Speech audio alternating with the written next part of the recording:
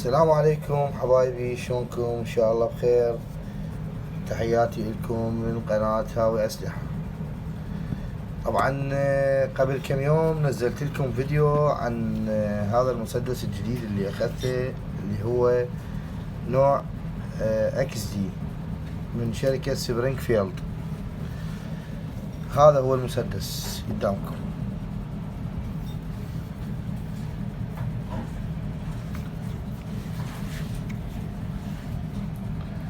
هذا هو المسدس شركة سبرينغفيلد USA. صراحة هذا المسدس أحب شوية أشرح لكم عنه. هو أكو بيهم يسموه HS الجيل الحديث، الجيل الثاني. طبعا المسدس يتفسخ بهاي الطريقة. تفتح هذا، تطرق الزناد مالته، ينفتح نفس التوسيخ مال الاتش بالضبط، نفس توسيخ الاتش. هاي الداخل مالته، هاي ارقام السيريال نمبر مالته مال التصنيع، هاي الرقم ماله. هذا الاقسام مالته. هذا هو السبرينج النابض. طبعا النابض اللي عجبني بيه كله حديد، ما بيه بلاستيك. النابض كله عبارة عن قطع حديد. السبطانة، طبعا السبطانة مالته هاي قدامكم.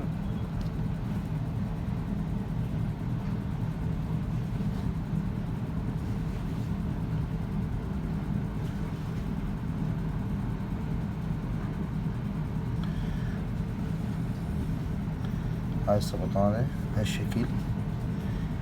يجي طبعا القطع مالته كلها مرقمة مال السبطانة، والفريم مالته مرقم، وايضا السرقي يجي مرقم. هذا هو السرقي من الداخل. طبعا هاي السفورات مالاته.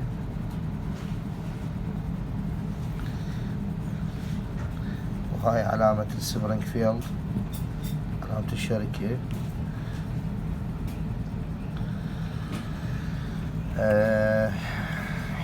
الشد مالته طبعا نجي اخر قطعة فتحناها ترجع بالبداية السبطانة والسبرينج.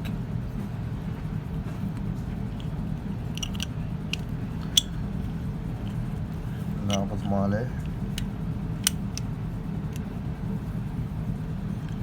يقعد بهالطريقة. وبعدين تجي تركب السكة مالته.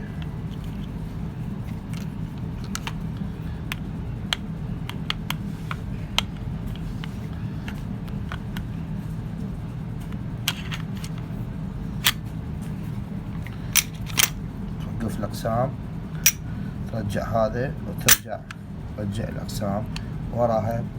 شوفوا هاي الإبرة، هاي من المسدس مسحوب، الإبرة بارزة نفس الاتش من تضرب. شوف طبت لي جوا.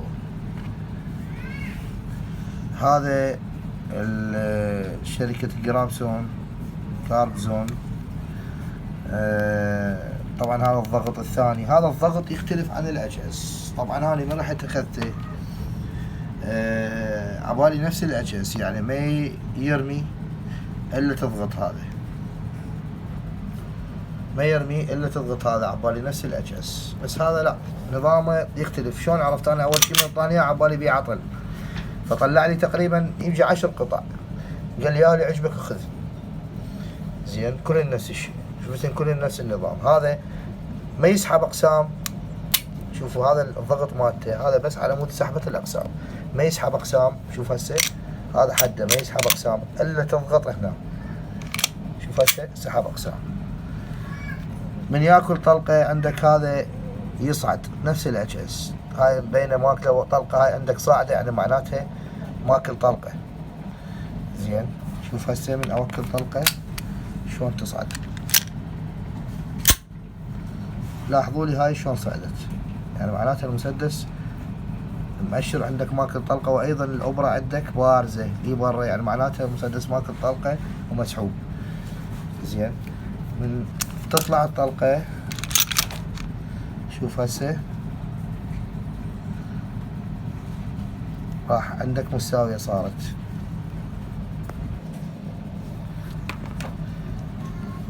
بالنسبة لهذا المسدس طبعا هو هذا مو كرواتي صناعته، تجوني عن صناعة هو مكتوب عليه USA. بصراحة أنا دققت بالموضوع، هاي صار كم يوم من جبته لحد الآن، أنا ما نزلت لكم فيديو عنه لأنه ردت أتأكد هذا المسدس شنو صناعته بالضبط. المسدس مكتوب عليه USA، شركة سبرينغفيلد تنتج هذا المسدس في تركيا، وأيضا شركات تركية تنتج أسلحة في الولايات المتحدة. زين، ف يعني اكو تبادل تجاري بيناتهم، بس هاي نفس القطع الغيار، نفس اشوفها، يعني ما بي فد شيء تقول يعني انه نفس تقولون لي مثلا هذا مثل كولومبي او تركي مو زين، لا لا لا، هذا طبعا كله فولاذ، هذا فولاذ انا فحصته كله بالمغناطيس، هذا فولاذ الدقمه مال الزناد، هاي عفوا الزناد دقمه مالته فولاذ، دقمه المخزن فولاذ، الضغط ماله فولاذ حديد كله، فكله السبطانه فولاذ كله فحصته، هذني اثنيناتن مال القفل ومال الاقسام كلها فولاذ. زين، كلها فحصتها بالمغناطيس، وما بي شيء مصنع من غير معدن الفولاذ. ايضا مخزنه يحمل 18 اطلاقه، طبعا انا حاط له 15 اطلاقه هاي للتنويه، حتى انه اخاف بيكم واحد عنده مسدس يحمل كذا اطلاقات يخلي بيه فد مجال طلقتين او ثلاثه حتى لا يتعب النابض او السبرينج مال المخزن. انا هذا يشيل بعد 18 اطلاقه.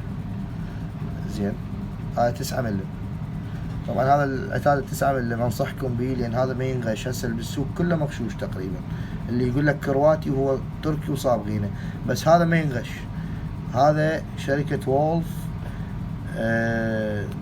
روسي، صناعة روسية، من أرقى أنواع العتاد. يجي ويا المسدس يجي ويا فرشة التنظيف اللي هي هاي، ويجي ويا المزيتة مالت الزيت مالته. زين، هاي طبعا مو ويا، أنا خالها، هذه تقدر تخلي له مخزن أو 24 أو 25 طلقة، وهذا يكبر يجي تركب بالمخزن حتى لا يبقى طالع، يكبر القبضة مالته، الكمشة مالته هيك تصير. زين، وهاي مالته اللوك مالته مال المسدس اللي فتحناها قدامكم. طبعا اي استفسار عندك تحياتي لكم طبعا من القناة، واي استفسار عندكم تحبون تعرفوه اكتبوا لي بالتعليقات. بالنسبة للسعر انا ما اقدر اقول لك السعر مالته ايش قد، لان اكو يعني اصحاب محلات كل من يبيع بسعر شكل، فانا ما اريد يعني ناس تحكي عني او يقول هذا حدد سعره كذا او كذا، ناس على باب الله ما لي شغل، هاي ارزاق عالم. بالنسبة المسدس هذا طبعا لحد الان انا ما فاحصه، رميت بيه طلقة واحدة بس فقط للفحص مالته، بس اريد افحص، هاي ما تعتبر فحص بالنسبة لي، اريد اطلع بميدان رمي ان شاء الله بمكان مفتوح وارميكم به ما يقارب تقريبا 4-5 مخازن. زين، فان شاء الله يكون هذا الفيديو استفادتوا من عنده. لا تنسون اللايك والاشتراك، وتحياتي لكم من قناة هاوي أسلحة.